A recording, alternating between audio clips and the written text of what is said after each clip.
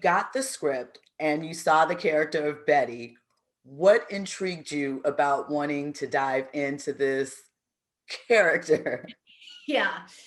Well, it's twofold. First, I read the script and thought, this is incredible. Like this way of telling the story of combining the real world, historical and therefore contemporary terror, uh, combined with the sort of like horror tropes with a twist, I thought was just an incredible way into the story and into telling a story about race in this country, in a way that I hadn't seen before. So I was really excited by that. And then in terms of Betty, I was like, I'm really I'm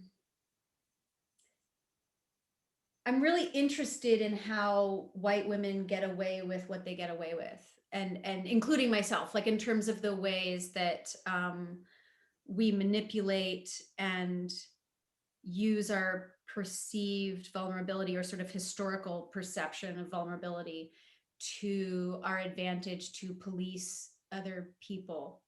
And so coming at it from this, like, how do you say the most hateful things you can imagine with a smile, and sort of exploring that aspect of white womanhood and my place in it was really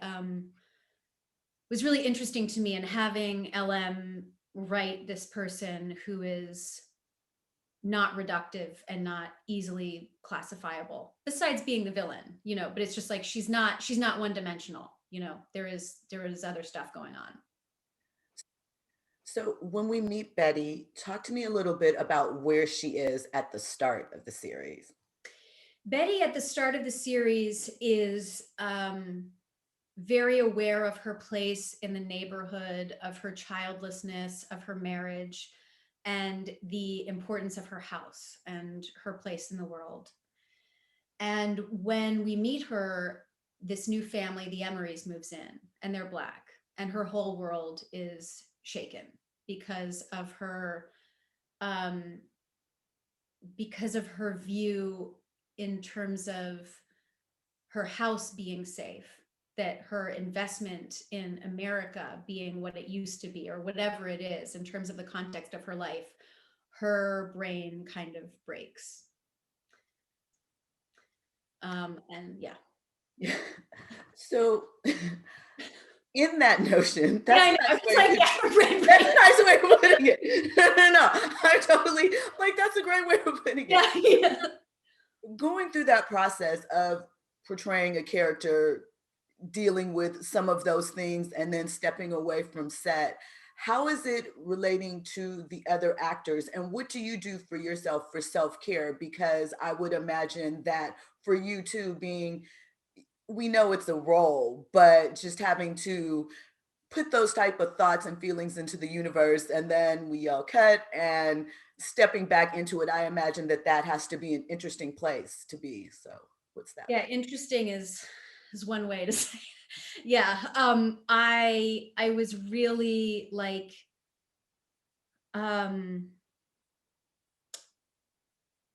I was really grateful for the hair and makeup trailer in the morning, or when I'd be getting my wig off and maybe Ashley and Deborah would be coming in or whatever. Um, because we don't actually have that, but like we the interaction is from afar a lot of the time. But I was so grateful for the moments when we could check in with one another. And I was especially grateful for the moments when I could hang out with Melody and Shahadi specifically, um, because um, the weight of knowing that the things we were acting out happened sometimes worse than as we portray, like and thinking about the children who are put through this innumerable times over the course of centuries. It just being being able to go and play with the dog with Melody and Shahadi in between takes was like, a balm to the soul. It was really important. And being able to, they'd be at school while I'd be coming in and out. And so coming out into the fresh air, oh, there's two people living their lives and like being goofy, and thank God.